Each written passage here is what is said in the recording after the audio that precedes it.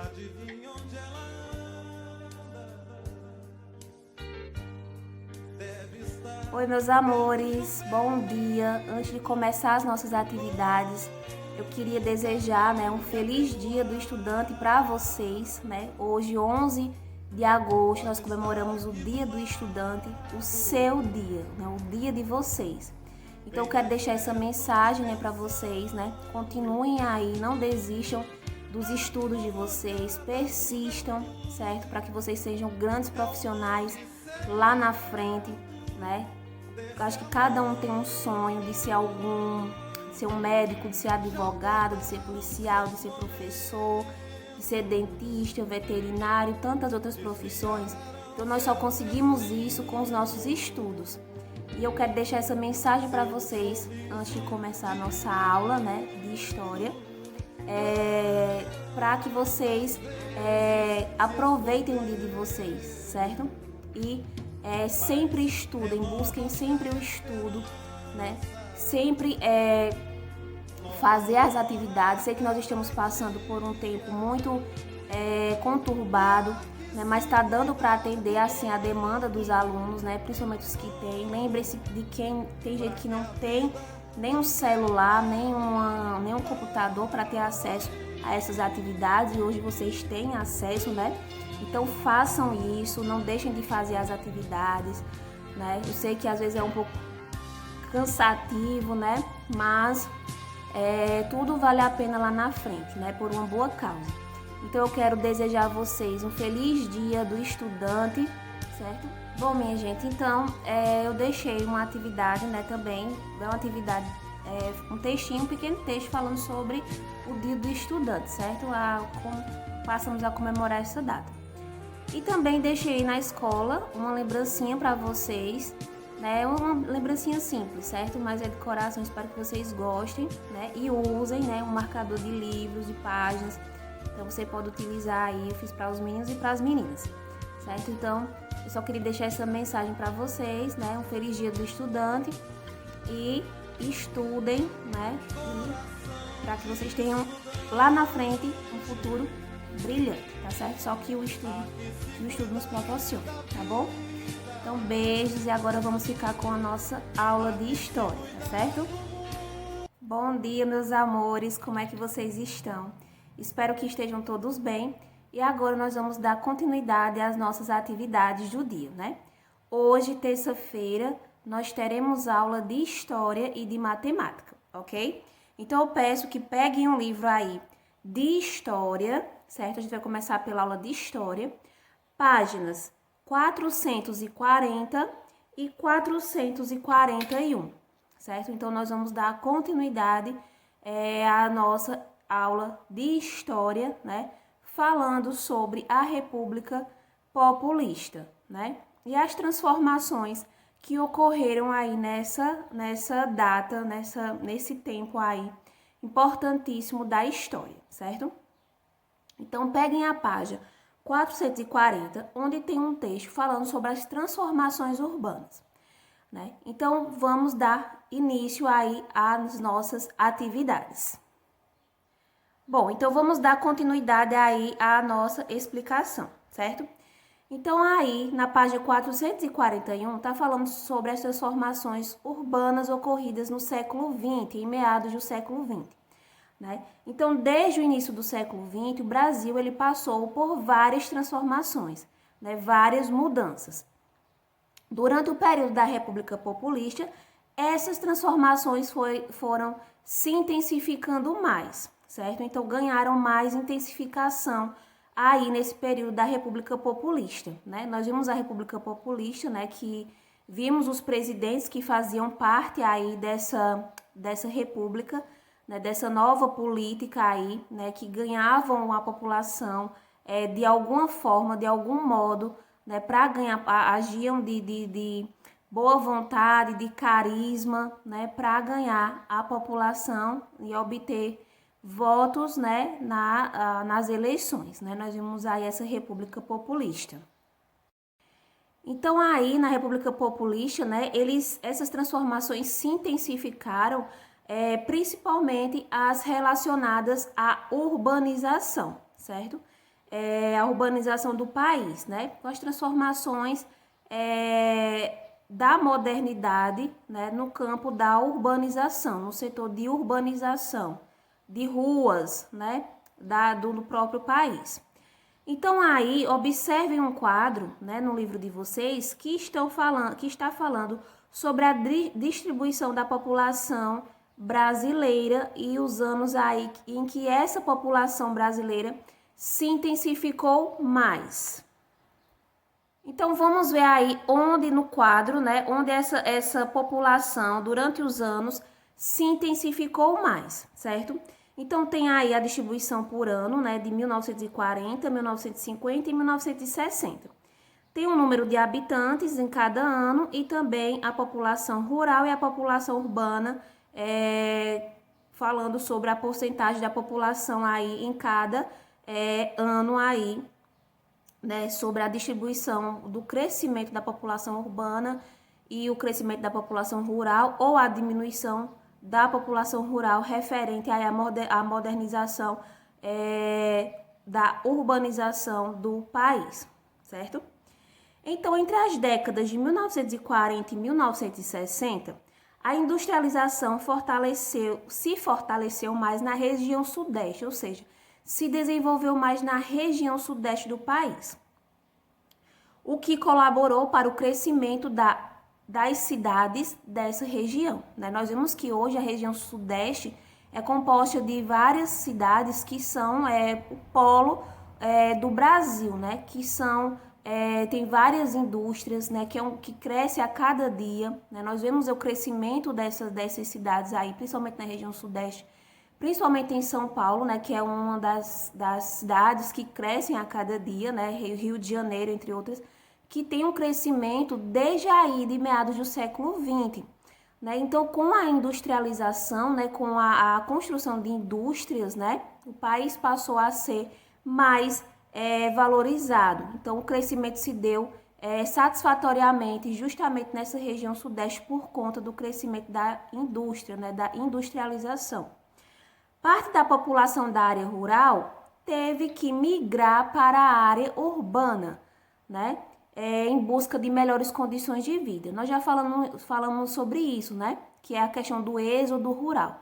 O que é o êxodo rural? O êxodo rural é quando as pessoas migram, saem do campo para ir em busca de melhores condições na cidade.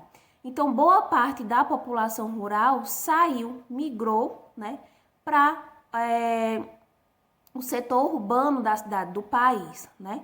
Em busca de melhores condições de vida. Como a cidade crescia a cada dia, né, o país crescia e a cidade, principalmente na região sudeste, crescia, então várias pessoas foram buscar essas condições, essas melhores condições na urbanização aí, certo? Tem uma imagem aí no livro de vocês mostrando, né, a quantidade de automóveis, né, estacionados na Praça Pio X na cidade do Rio de Janeiro no ano de 1957. Né? Então, observem aí no livro de vocês. Com esse processo de urbanização do Brasil, ele não foi igual em todo o território nacional. Né? A gente viu que cresceu, principalmente na região sudeste, mas ele não foi um crescimento que se deu em todo o território nacional brasileiro. Na década de 1940, por exemplo, a região centro-oeste era a menos urbanizada, né? Se nós observarmos a região centro-oeste, que é a região centro do Brasil, era a menos urbanizada. Cerca de 21% da população vivia em cidades, era uma pequena parte, né? Já na região sudeste, a mais urbanizada na mesma década, né? 39% da população morava em áreas urbanas, diferentemente da região centro-oeste, que só 21% da população morava nas cidades, né? Contra 39% da região sudeste. Atualmente, a população brasileira é majoritariamente urbana, né? Vivem na área urbana, né? Mais de 80% das pessoas vivem na cidade. Então, desde esses meados, aí as pessoas começaram a migrar do campo para a cidade, né? E hoje nós vemos também esse crescimento, que a maioria das pessoas, 80%, 90% das pessoas, elas moram nas cidades, né, nos centros urbanos e deixaram o campo, né? Na página 441 tem a continuação do texto, né? Falando sobre a urbanização do Brasil e tem também um gráfico mostrando, né, a população brasileira em milhões de pessoas em 2010, certo? Então, observem aí no gráfico como a população rural diminuiu em relação à população urbana, que só fez aumentar, né, em 2010. Imagina agora, em 2020, como está esse crescimento, né? A urbanização do Brasil melhorou as condições de vida de algumas pessoas, né, da população, mas também trouxe alguns prejuízos, alguns problemas, né, com esse crescimento dos grandes centros urbanos. Então, a condição de vida das pessoas foi melhorada, mas também trouxe alguns problemas para essas pessoas, né? Vamos ver quais são, né? Trouxe alguns problemas, como ampliação do número de habitações irregulares. Então, começou a construir habitações irregulares. Nós vemos essas habitações irregulares até hoje, né? As pessoas moram em periferias, em favelas, em barracos, né? Em moradias irregulares, né? Então, com esse crescimento, as pessoas não tinham para onde ir, onde recorrer, não tinham uma casa própria, né? Então, começaram a construir esses barracos, né? Começaram a viver em pequenos subúrbios, né? Então, de forma irregular, né? Em casas irregulares. E nós vemos até hoje. Falta de saneamento básico. Se tem casa irregular, moradia irregular, também tem falta de saneamento básico, né? Aumento da poluição, né? Aumentou também, trouxe prejuízos aí a poluição, né? Para as pessoas e para o ambiente. Falta de transporte público de qualidade foi algum dos problemas também enfrentados aí, né?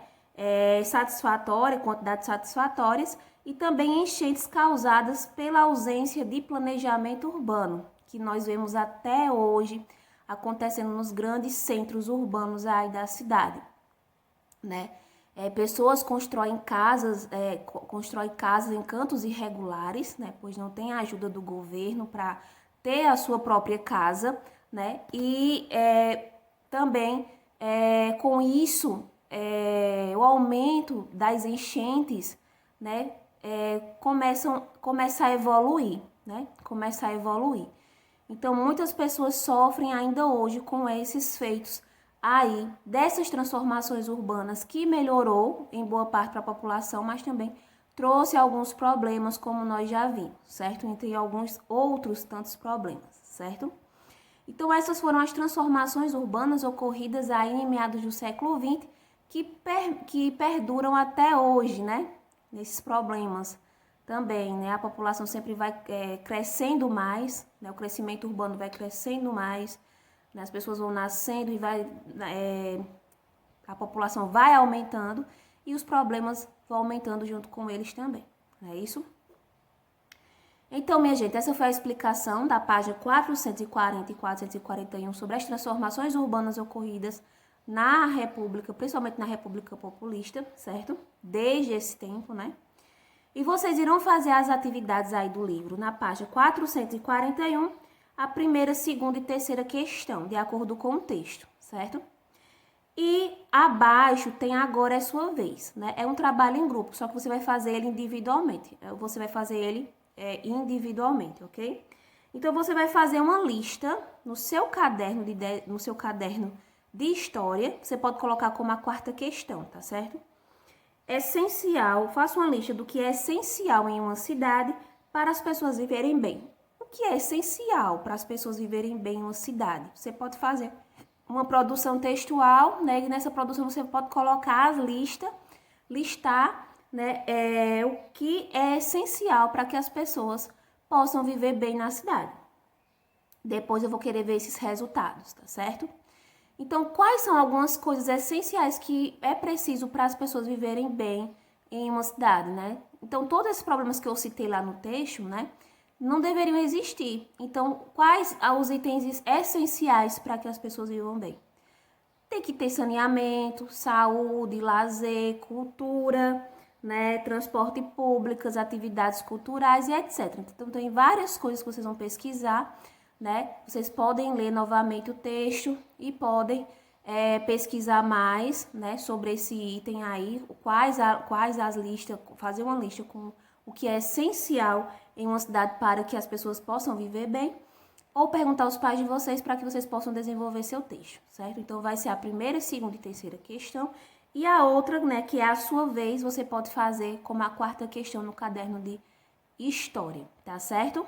Você coloca a página e coloca a atividade referente, o título referente à sua atividade, tá bom?